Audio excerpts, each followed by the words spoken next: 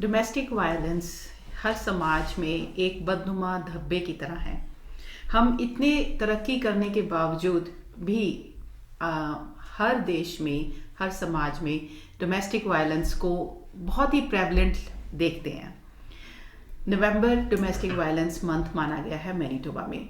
तो आज हम इस बहुत ही सेंसिटिव मुद्दे पर बातचीत करेंगे और हमारे साथ स्टूडियोज़ में आज मनु बातिश आए हैं। ये एक बहुत ही एस्टैब्लिश्ड लॉयर हैं, फैमिली लॉ प्रैक्टिस करते हैं, जो कि इनकी स्पेशलाइजेशन है, और उसके अलावा भी दूसरी चीज़ें भी करते हैं। तो आज मनु जी से हम बात करेंगे कि डोमेस्टिक वायलेंस क्या है, इसमें क्या क्या चीज़ें शामिल हैं और इससे कोई भी जो विक्टिम है वो कैसे निजात पा सकता है, किस तरह की हेल्प हमें अवेलेबल है। तो मनु जी, आपका स्टूडियोज़ में बहुत बहुत स्वागत है। थैंक यू सोनिया जी। ये जो है ज़िंदगी के सभी दर्शक को की तरफ से भी मैं आपका बहुत स्वागत करती हूँ। Thank you and all the viewers of and listeners of the ये जो है ज़िंदगी, उसको उनको प्यार भरी नमस्कार एंड गुड इवनिंग। हाँ जी, तो मनु आप हमें ये बताइए कि डोमेस्टिक वायलेंस लॉ के शब्दों में क्या है। देखिए, डोमेस्टिक वायलेंस है कि कोई भी अब्यूज़ जो एक पार्टनर को दूसरे पार्टनर की तरफ दिया जा रहा है, उसे हम डोमेस्टिक वायलेंस कहते हैं। ये अलग अलग है। It's kind of it's a partner कि एक पार्टनर अपने दूसरे पार्टनर को कंट्रोल करने की कोशिश कर रहा है। He can not move with his free will, उसे हम domestic violence कहते हैं। So it's very serious in in our society, and there are measures to control these things, right. But it's a alarming thing in our society. Correct. तो इसमें आप कैसी चीज़ों को इंक्लूड करते हैं, यानी या सबसे बड़ी बात कि इज़ इट मेरे समझ में जो आता है वो तो कि चलो एक फिजिकल वायलेंस होती है, और इसके अलावा कैसी चीज़ों को डोमेस्टिक वायलेंस में माना जाता है।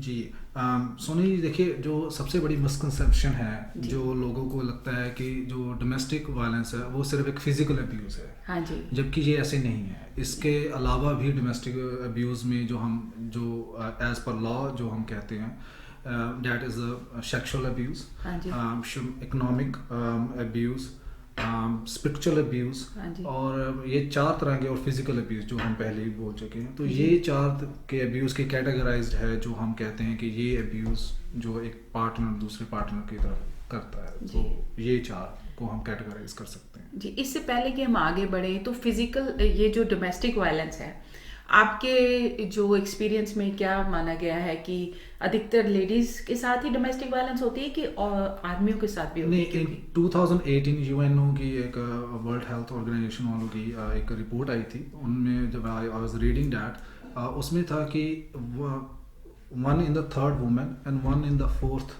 man is facing domestic violence or domestic abuse in his life. So it's common in our society, unfortunately, right. But it is there. तो बेसिकली ये कहने की कोशिश कर रहे हैं कि ज़रूरी नहीं कि सिर्फ औरतों के साथ डोमेस्टिक वायलेंस हो रही है। डोमेस्टिक वायलेंस जो है वो आदमियों के साथ भी उतनी ही प्रेवलेंट है। हर 3 लेडीज़ में एक लेडीज़ के साथ डोमेस्टिक वायलेंस का केस पाया जाता है, यूएन की रिपोर्ट के मुताबिक, और हर 4 आदमियों में एक जो है वो डोमेस्टिक वायलेंस के विक्टिम हुए हैं। तो आगे बढ़ते हैं, आप हमें थोड़ा और एक्सप्लेन कीजिए कि फिजिकल अब्यूज़ किसको माना गया है। देखिए, फिजिकल अब्यूज़ किसी को हम मारना, ग्रैबिंग करना, उसको टच करना, उसको पिंच करना, उसको थ्रेट करना, उसको हम जैसे पंजाबी में जैसे या हिंदी में कहते हैं झंझोड़ना उसे, right. They all will be the part of the physical abuse, right. So उसकी कंसेंट्स के बिना उसको बॉडी को टच करना विल कंसिडर एज, और स्लैप करना it's consider as a physical abuse, and this is the more common one and it's easy to detect. Right, क्योंकि जब भी कोई किसी के साथ हाथापाई हो रही है तो उसके निशान बॉडी पे पाए जाएंगे, स्क्रैचेस, नेल्स के marks, it's easy to detect the physical abuse, right. तो और उसके अलावा इकोनॉमिक वायलेंस कैसे कहते हैं?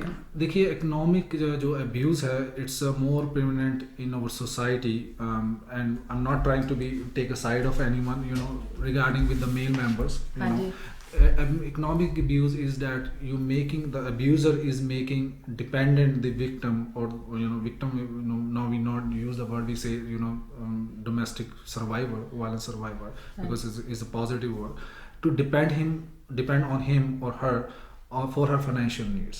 जैसे कि उसको बताना कि अब तुमने पैसे कहाँ खर्च करने हैं, कहाँ नहीं खर्च करने, उसे काम नहीं करने देना, even he is very well qualified, जैसे हम कहने की you don't have to work, I will work, I am a man of the house, I can work it. और उसको उसके क्रेडिट कार्ड्स यूज़ करना, उसको बैंक अकाउंट्स को उसको यूज़ करना उसकी मर्जी के बिना, और उसका क्रेडिट उसके क्रेडिट को के साथ छेड़खानी करना, right. So it these things are called, or काम करवाना without any pay, even if it's your wife or your girlfriend or whatsoever it is, right, or boyfriend, right. So it's called the economic abuse, and it's more unfortunately, again I will use this word, it's more prevalent in our community. Yes, okay. ये आप बिल्कुल सही कह रहे हैं, क्योंकि अधिकतर ये सुनने में आता है कि जब आदमियों के केसेस में नहीं, लेकिन लेडीज़ के केसेस में, कि पढ़े लिखी लेडी जो हैं वो बैक होम से आई हैं और आते ही हस्बैंड ये पहले तो प्यार से कहते हैं कि नहीं तुम्हें काम करने की क्या ज़रूरत है, और फिर धीरे धीरे अगर वो उनको जागरूकता आती है कि नहीं मैंने इतनी पढ़ाई की है, मैं बाहर निकल के अपना करियर बनाना चाहती हूँ, तो अधिकतर जो है वो पार्टनर्स ये कहते हुए पाए गए हैं कि नहीं आपको काम करने की क्या ज़रूरत है, पहले प्यार से फिर थोड़ी फोर्स से कहते हैं, ताकि वो इंसान जो है उन पर इकोनॉमिकली डिपेंडेंट रहे। जी, और it's a kind of ego satisfaction for the man, जैसे I am making enough money, I can take care of the family, but this is not the right, if he has educated enough and वो पढ़ी लिखी है, वो काम कर सकती है और उसकी इच्छा है करने की, then he should be allowed to work. And if you are stopping, you are abusing the other party. Right. Basically हर एक इंसान की अपनी इच्छा पे है कि वह अपना करियर बनाना चाहते हैं, बाहर निकल के काम करना चाहते हैं कि नहीं करना चाहते हैं, और कोई भी दूसरा इंसान जब उस चीज़ को कंट्रोल करने की कोशिश करता है, उनके खर्चों का हिसाब रखने की कोशिश करते हैं और उनको अपने ऊपर इकोनॉमिकली डिपेंडेंट बना के रखना चाहते हैं, उसको इकोनॉमिक अब्यूज में माना गया है। जी, तो ये बेसिकली इसको ऐसे ही रिपोर्ट कर सकते हैं। There are it's very, this abuse and the emotional abuse, they are very hard to detect, right? क्योंकि it's there are no set procedure or the guidelines to detect that one. So then but the government it's there, right, and we have to acknowledge that thing. And then there are some advocates are there, right, you can speak with the other professional, they are support workers, you can speak with them and then say and tell your story and they can guide you through. जी, तो basically counselling करते हैं। Counselling है जी, counselling है, लेकिन कोई ऐसा action नहीं लेते हैं कि मतलब कि आपको सजा हो जाएगी या कुछ ऐसा। Then it goes to the next step, then you want to go out of that toxic relationship or not, then there is a divorce is there, separation is there, but it's to detect these two or these last three ones is very hard, and that's the problem with government also is facing the challenges to recognize that yes, हम हमारी हमारी mother और हमारी family में अगर हम man बोल देता है, आदमी बोल देता है कि आपने काम नहीं करना, then we say oh yeah it's आम बात है। हाँ जी but ये आम बात नहीं है। है। If you are stopping her and if you want to work, you have to recognize you have to acknowledge this thing that you are abusing, you're stopping, you're controlling the other party, you are working against the wishes of the person. हाँ जी, तो थोड़ा सा आगे बढ़ते हैं, emotional abuse किसको माना गया है? इमोशनल अब्यूज ये काफ़ी serious issue again in our society. इसमें है कि आप दूसरे अपने पार्टनर को नेम्स के साथ कॉल कर रहे हो, उसको किसी के सामने उसकी बेइज्जती कर रहे हो, उसको बेलिटल कर रहे हो, राइट, और उसको वो इज्जत नहीं दे पा रहे हो जो एज ए पार्टनर आपकी वाइफ, आपकी गर्लफ्रेंड और आपके जो उसका बनता है, जो पार्टनर का ड्यू रिस्पेक्ट है वो नहीं मिले, और आपको उसके काम को वर्बल क्रिटिसाइज कर रहे हो, आप किसी के साथ कंपेयर कर रहे हो उसको हर बात में, और उसका रिलेशनशिप उसका it will be the husband और द वाइफ और with you're harming their relationship with the children, कि आप उसके अपने बच्चों के सामने किसी और के सामने उसके रिलेशन की I'm just taking example कि तेरी मदर तो ऐसी है और तेरे फादर तो ऐसे हैं so these are called the emotional abuse, and it's very serious. It affect the mental health of the person. Right. किसी भी सिचुएशन में जब आप दूसरे अपने पार्टनर को छोटा दिखाने की कोशिश करते हैं, उसको एक इमोशनल अब्यूज़ की कैटेगरी में कैटेगराइज किया गया है. बेशक उसके लिए बहुत बड़ा कोई लीगल एक्शन ना भी हो, लेकिन there is counselling available, and basically ये सजेस्ट किया जाता है कि उन सब चीज़ों की हेल्प लेनी चाहिए जो हेल्प हमारे पास अवेलेबल है. And I will add one line that जो emotional abuse है, it doesn't leave the visible marks, but it will leave the marks on your mental health. Right. चलिए, इसके अलावा मैं पूछना चाह रही थी कि आपने ऑल्सो मेंशन किया था कि स्पिरिचुअल अब्यूज़ होती है, तो स्पिरिचुअल अब्यूज़ किस चीज़ को माना गया है? Spiritual abuse is kind of abuse. Again, the other party, the abuser, is controlling the belief of the other party. Right. Religious beliefs. So he doesn't let him to perform the duties, or to follow those spiritual guidelines which one person believes, strongly believes. So I'll just take an example. Like if I'm doing have a belief in something, and my partner is saying and making fun of it, it's called a spiritual, telling, oh no, you don't have to follow that thing, it's not going to do it. So it's abuse which you are doing to your partner. तो अपने धार्मिक विचारों को दूसरे की धार्मिक विचारों के सामने ज्यादा बेहतर मानना और दूसरे की धार्मिक विचारों को छोटा दिखाना जी. हाँ, तो वो एक रिलीजियस अब्यूज में माना या स्पिरिचुअल अब्यूज में माना गया. तो मनु जी, यहीं पर हम एक ब्रेक लेते हैं. व्यूअर्स, आप हमारे साथ फिर से जुड़िएगा. ब्रेक के बाद हम जब बात कर रहे हैं मनु बातिश से, जो एक बहुत एस्टैब्लिश्ड लॉयर हैं, और आज का टॉपिक है डोमेस्टिक वायलेंस पर. तो फिर से मिलते हैं ब्रेक के बाद. तू लड़की दिल्ली वाली, दिल्ली वाली, दिल्ली वाली, तू लड़की दिल्ली वाली, दिल्ली वाली, दिल्ली वाली. जे कोई पूछे जान तो प्यारा कौन, नी मैं तेरा नाम ले दियां. जे कोई पूछे जीण दा सहारा कौन, मैं तेरा नाम ले दियां. सत श्री अकाल जी, मैं ਤੁਹਾਡਾ ਆਪਣਾ ਰੋਸ਼ਨ ਪ੍ਰਿੰਸ. ਮੇਰੇ ਵੱਲੋਂ ਬਹੁਤ ਮੁਬਾਰਕਾਂ voice of India the sorry team ਨੂੰ, ਰਾਜੀਵ ਸਹਿਗਲ ਸਾਹਿਬ ਔਰ ਉਹਨਾਂ ਦੀ ਸਾਰੀ ਟੀਮ ਨੂੰ, ਕਿਉਂਕਿ ਇੱਕ ਲੋੜ ਸੀ ਵਧੀਆ ਪਲੇਟਫਾਰਮ ਦੀ, ਵਧੀਆ ਮੀਡੀਆ ਗਰੁੱਪ ਦੀ ਵਿਨਪੈਗ ਦੇ ਵਿੱਚ, ਜਿੱਥੇ ਤੁਹਾਨੂੰ ਸਿਰਫ ਇੰਟਰਟੇਨਮੈਂਟ ਹੀ ਨਹੀਂ ਔਰ ਬਹੁਤ ਸਾਰੀਆਂ ਚੀਜ਼ਾਂ ਜਿਹੜੀਆਂ ਸ਼ਹਿਰ ਦੀਆਂ ਚੰਗੀਆਂ ਚੀਜ਼ਾਂ ਉਹਨਾਂ ਦੇ ਰੂਬਰੂ ਕੀਤਾ ਜਾਏਗਾ. ਇੰਟਰਵਿਊ ਸੈਸ਼ਨਸ ਹੋਣਗੇ, ਬਹੁਤ ਕੁਛ ਹੋਊਗਾ. ਸੋ ਮੇਰੇ ਵੱਲੋਂ ਬਹੁਤ ਮੁਬਾਰਕਾਂ. ਮੈਨੂੰ ਬੜੀ ਖੁਸ਼ੀ ਹੋਈ ਆ, ਮੈਂ ਵੀ ਇਸ ਟੀਮ ਦਾ ਮੈਂਬਰ ਹੀ ਹਾਂ ਜੀ. ਔਰ ਪਰਮਾਤਮਾ ਕਰੇ ਦਿਨ ਦੁਗਣੀ ਤੇ ਰਾਤ ਚੌਗਣੀ ਤਰੱਕੀ ਕਰੇ ਇਹ ਚੈਨਲ ਔਰ ਤੁਹਾਡੇ ਦਿਲਾਂ 'ਚ ਵਸੇ. Thank you so much. ਸਿਫਤ ਕਰਾਂ ਕੀ ਦੱਸ ਤੇਰੀ ਨੀ ਪੰਜਾਬਣੇ, ਸੂਟ ਪਾ ਕੇ ਲੱਗੇ ਬੜੀ ਸੋਹਣੀ ਨੀ ਮਜਾਜਣੇ. ਸਿਫਤ ਕਰਾਂ ਕੀ ਦੱਸ ਤੇਰੀ ਨੀ ਪੰਜਾਬਣੇ. ਸਤਿ ਸ਼੍ਰੀ ਅਕਾਲ ਜੀ, ਮੈਂ ਤੁਹਾਡਾ ਆਪਣਾ ਪ੍ਰਵਿੰਦਰ ਪੁਖਰਾਜ ਤੇ ਤੁਸੀਂ ਸੁਣ ਰਹੇ ਵੌਇਸ ਆਫ ਇੰਡੀਆ. ਮੇਰੇ ਵੱਲੋਂ ਜਣੀ ਤੁਹਾਡੇ ਆਪਣੇ ਪ੍ਰਵਿੰਦਰ ਪੁਖਰਾਜ ਵੱਲੋਂ voice of India the team ਨੂੰ ਬਹੁਤ ਮੁਬਾਰਕਾਂ. ਸੁਣਦੇ ਰਹੋ ਵੌਇਸ ਆਫ ਇੰਡੀਆ.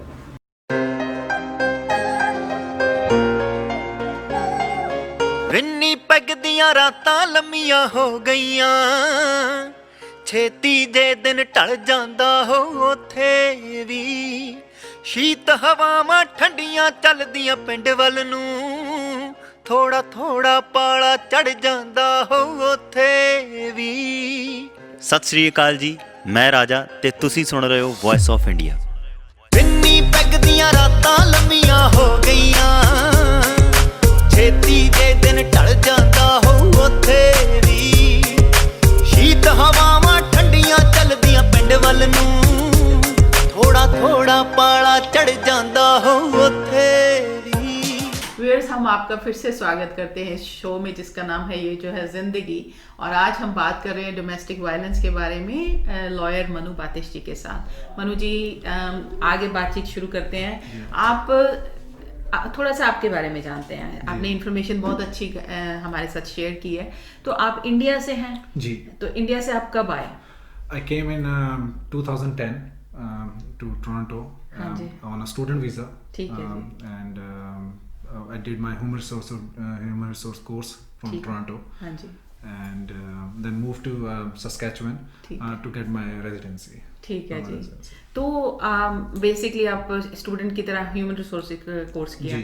तो आते तो जॉब्स भी करनी पड़ी होंगी, जी, बिल तो पे करने पड़ते हैं। जी, you know, my schedule at that time was कि in the morning I have a college, and हमारी जो कॉलेज की छुट्टी होती थी वो 3 बजे होती थी, and then I go to एक रेस्टोरेंट था Lahore tikka, I was manager there, and then go straight there, and then वो क्लोज होता था वो रात को 1-1:30 बजे, and then वो क्लोजिंग कर फिर घर जाकर फिर पढ़ाई भी करनी थी, और and everybody do it, and it's a time and your friends are doing the same thing, you are doing the same thing, it's normal right now.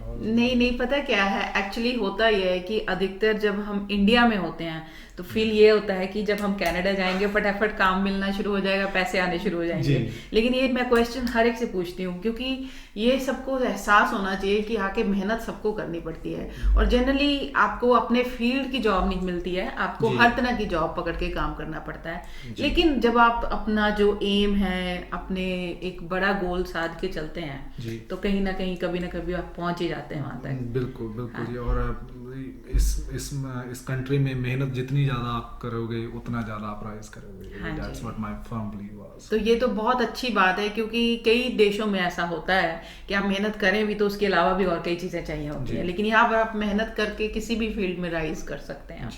तो आगे बढ़ते हैं। तो सस्कैचुअन में फिर आके आपने पीआर के लिए अप्लाई किया, तो लॉ में कैसे आई? एचआर में पढ़ते पढ़ते लॉ में आके? I have a law degree from back home, मेरे pass out from Punjabi university. अच्छा जी। तो my interest from the day first is to pursue in my own career, right, and then once I got my permanent residency, then I apply for the National Committee of Accreditation, जो हमारे जो review करती है हमारे documents, हाँ जी, and then they will give us the credits whatsoever we into it, and then they give us the exams to to write it down and get the equivalency for that one. ठीक है। तो basically अपनी जो पहले की पढ़ाई को credit करवा के गैप्स को फुलफिल करने के लिए एग्जाम्स लिए, तो उसके बाद फिर आर्टिकलिंग करनी पड़ती है लॉयर्स को। So it was a funny thing. I applied for Saskatchewan as well as for Manitoba for the to apply to get admission into the law society.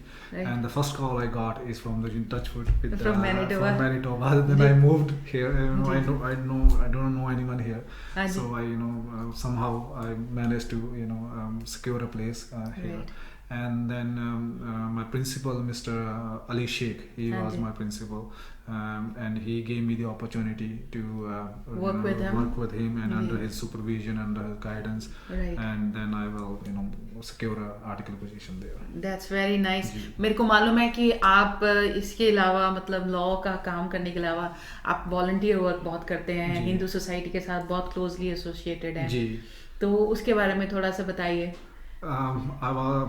I started as a director under your supervision, I will say, right? You gave me the opportunity, and then it was मेरा ये belief था कि when I get something, to give back to the society, which because मुझे society से ही मिला है, they are always help me out. So जब when I got my call to bar, I offer my services. I did in Saskatchewan as well and in Ontario, but it's not at that large scale.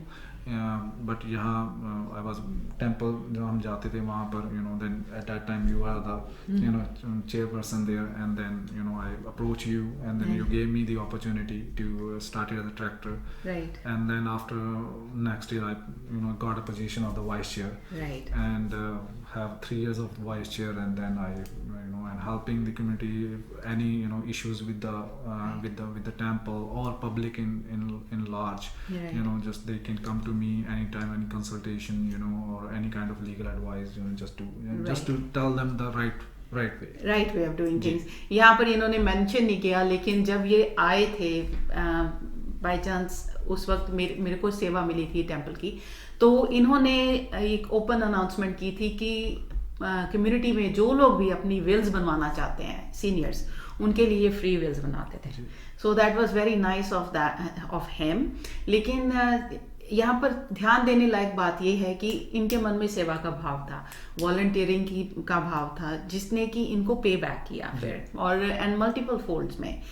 Volunteering का काम कभी भी अनरिवॉर्डेड नहीं जाता, ये मेरा belief है। नहीं, बिल्कुल ठीक है ये बात।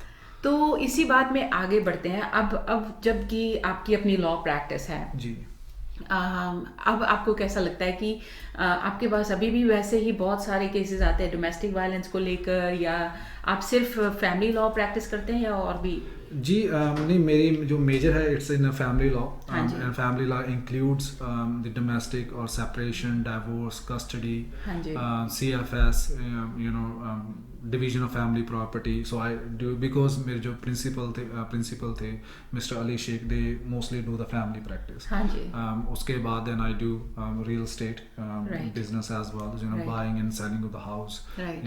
corporation, Right. registering a corporation and doing some corporate, writing the minute books for that, and then I also deals with the domestic charges, हाँ जी। जो criminal charges जो होते हैं when Right. other party call 911 and there is a domestic charges was Right. charged on the one of the person, ji. so I deal on that one on that basis too. तो वो भी सेवाएं आप उपलब्ध कराते हैं।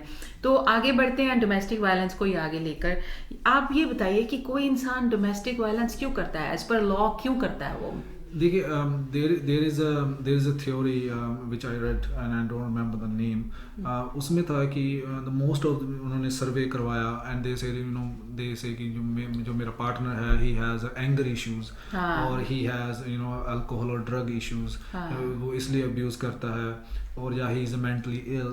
हाँ But then at the conclusion these are not the reasons अच्छा of having to giving someone right to do a domestic abuse. The reason behind of the domestic abuse is that one person thinks that he has a right to control the other party, which in simple words कि वो सोचता है कि मेरा हक है कि ये मेरा पार्टनर है, मेरा हक है इस पर, मैं कुछ भी कर सकता हूँ। हाँ जी। So this is the root cause. Ji. He doesn't treat the other person as an individual, Right. or equal to him, but he says that no, ये is my boyfriend or my girlfriend and I have a right to control him. So this is the main reason of it. सी देखिए, बहुत बड़ी बात है। Generally हम लोग ये सोचते हैं कि अरे किसी ने मेरे को मार दिया क्योंकि उन्होंने ज़्यादा ड्रिंक कर रखी थी, या उनको अपने गुस्से पे कंट्रोल नहीं है, या कई चीज़ें हम बहुत बड़ी तरीके से जस्टिफाई करने की कोशिश करते हैं। But actually it's a personality trait. इंसान के मन की एक कैरेक्टरिस्टिक है कि मुझे दूसरे की लाइफ को कंट्रोल करना है, मुझे हक है कि किसी की लाइफ को मैं कंट्रोल करूं। तो इस वजह से डोमेस्टिक वायलेंस पाई जाती है। जी। तो अब ये तो डिस्कशन काफ़ी हो गई कि है क्या और क्यों होती है। अब हमें ये बताइए कि किसी के साथ अगर डोमेस्टिक वायलेंस हो रही हो तो उसके पास क्या क्या प्रावधान है, कैसे कैसे साधन अवेलेबल है हेल्प मांगने के लिए? देखिए, अगर तो it's a physical abuse and if this case of an emergency, and the other partner is hitting you or doing something wrong which he or she should not be doing it, right. Then you call the 911. It's a civilized society, right. You have the right, if you are feeling threatened, अगर आपको लगता है, डर लग रहा है आपको, you can call the 911 and they can help you out. और इसके अलावा if there is other abuse, then there are shelter homes, they can put you in, और there are victim services, ये एक बहुत ही अच्छी organization है जो कि गवर्नमेंट की तरफ से है। they can provide you the advocates there, you can जी वो आप उनसे बात कर सकते हैं, they can tell you that what you can tell your story to them, that how you are, what you are going through, right. And they can listen to you and they have a vast experience, हाँ जी। उनके पास बहुत experience, they can guide you through in that. Right. अगर ये नहीं है, अगर ये victim service के अलावा then there is a legal aid, हाँ जी। right, and आप legal aid में अप्लाई कर सकते हैं, then you will get a lawyer like me, who is professionally trained, and who can guide you through it. Then there is a non-emergency services. There are Manitoba domestic services as well. Right. There is a child and family services is also there to listen right. to you and to make the take appropriate steps. जी, तो basically जो मेरे को समझ में आया आपसे ये कि जैसे तो आपको लग रहा है कि अगर आपकी जान को खतरा है, कोई आपको इतना मार रहा है या आप पे हाथ उठाया जा रहा है, तो सबसे पहली बात है कि आप 911 कॉल कीजिए। और ये ज़रूरी नहीं कि आप लेडी हैं या मतलब अगर आप मर्द हैं और आपके साथ अब्यूज़ हो रही है, आपको उतना ही राइट है 911 कॉल जी। करने का आपकी ज़िंदगी की तरफ आपका सबसे पहला फ़र्ज़ है। जी। तो दूसरी बात कि अगर आपके पास कंसिस्टेंटली आपके घर में क्लेश है और आपको इमोशनली अब्यूज़ हो रहा है या सेक्सुअल अब्यूज़ है या आपके साथ स्पिरिचुअल अब्यूज़ हो रही है, इकोनॉमिकल अब्यूज़ हो रही है, तो अलग अलग संस्थाएं अवेलेबल हैं, विक्टिम सर्विसेज हैं, लीगल एड अवेलेबल हैं जिनको आप रीच कर सकते हैं। अगर आपको इनके बारे में कोई भी जानकारी चाहिए तो आप हमारे को कमेंट सेक्शन में कमेंट कर सकते हैं। हम मनु जी से भी पता करेंगे, हम वो इन्फॉर्मेशन शेयर जी। करने की कोशिश करेंगे। आपको किसी भी तरह की हेल्प हो की ज़रूरत हो तो आप हम तक भी संपर्क कर सकते हैं या फिर आप खुद अपने आप विक्टिम सर्विसेज पर जा सकते हैं और उनसे हेल्प मांगी जा जी। सकती है। जी। तो इसके अलावा इसके बारे में और कुछ शेयर करना चाहेंगे आप मनु जी? देखिए, the first thing I always say that acknowledge this thing हाँ कि जी। अब्यूज है, हाँ। इन द फैमिली और इन द सोसाइटी, आप पहले उस अब्यूज को एक्नॉलेज करें, then we proceed to the next step. अगर हाँ जब जी। तक हम उसको एक्नॉलेज ही नहीं करेंगे, हम कहेंगे नहीं ठीक है, we don't let it, because it's getting an issue, a bigger issue जी। in our society, जी। right? So इसको पहले acknowledge करें and then try and also treat your partner equal. हाँ जी। Even if you're a man, if you're earning, or if you're a woman, if you are earning, it doesn't give you upper hand on the other party, right? Correct, हाँ So respect your partner, हाँ जी। right? और उसको वो इज्जत और वो मान दीजिए अपने रिलेशनशिप में, and then you will be successful, because a two-way, respect is a two-way street. बिल्कुल बिल्कुल, किसी भी तरह से आप जो इज्जत है वो थोप नहीं सकते, इज्जत की रिक्वायरमेंट को थोप नहीं सकते, वो अर्न करनी पड़ती है। तो जो मनु जी से हमने आज सीखा वो ये है कि हर एक इंसान को अपनी तरफ से पूरी कोशिश करनी चाहिए कि जैसा व्यवहार आप अपने लिए चाहते हैं पहले आप दूसरे के लिए भी करें। और दूसरी बात ये कि अगर आपके साथ किसी भी तरह की अब्यूज़ हो रही है, उसको पहली बात एक्नॉलेज करना, मानना कि हाँ ये मेरे साथ हो रहा है। उसको सिर्फ श्रग नहीं कर देना चाहिए कि ये तो सोसाइटी में नॉर्मल बात है। हम कनाडा में रहते हैं, हम कोई पिछड़े इलाके में नहीं रहते हैं जहाँ पे हमें हर तरह की अब्यूज़ सहने की आदत हो गई है या सहने की ज़रूरत है। बेसिकली आप ऐसी कम्युनिटी, ऐसी सोसाइटी में रहते हैं, अब तो इंडिया में भी ये सब चीज़ें अवेलेबल हैं कि जहाँ पर आपको अपने इच्छा के खिलाफ कुछ भी करने की ज़रूरत नहीं है। जो आपका राइट है उसको प्रोटेक्ट करना भी आपकी अपनी ड्यूटी है। और अपने राइट्स को प्रोटेक्ट करने के लिए जिस तरह की भी हेल्प की आपको ज़रूरत है, उस हेल्प को आप हासिल करने की कोशिश कीजिए। और ऐसा करने से अगर आपकी ज़िंदगी सुधर सकती है तो वो आपका अपनी तरफ सबसे बड़ा उपकार होगा जी। है ना। तो मनु जी, आपका हमारे स्टूडियोज में आने के लिए बहुत बहुत शुक्रिया। आपने हमारे साथ बहुत अच्छी इन्फॉर्मेशन शेयर की। मनु जी एक बहुत एस्टैब्लिश लॉयर है जैसा मैंने बोला, और बहुत सालों से अपनी सेवाएं प्रदान कर रहे हैं। तो अगर आपको इनसे या किसी से भी कोई हेल्प की ज़रूरत हो तो आप हम तक ज़रूर पहुंच सकते हैं। तो इसी के साथ व्यूअर्स, हम आज का प्रोग्राम समाप्त करते हैं। हम अगले शो में फिर से आपसे मिलेंगे किसी नए टॉपिक के साथ। तब तक के लिए आप सबका दिन मंगलमय हो। Thank you. Thank you, Sunil.